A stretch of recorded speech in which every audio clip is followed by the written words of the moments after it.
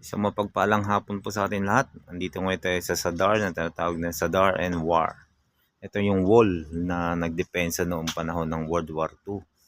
Nag-isang wall na natitira. Yan, dito sa Sadar. Sadar, Croatia po. Isang mapagpalang hapon po sa atin lahat.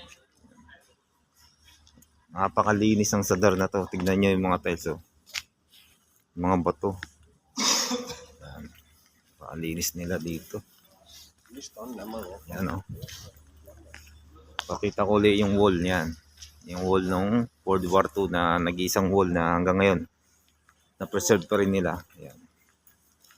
Napakalinis dito sa Sadar, Croatia. Shout out sa mga tropa natin, Viking Saturn, kay Boss Alex, Boss G, Boss Embo. Yan.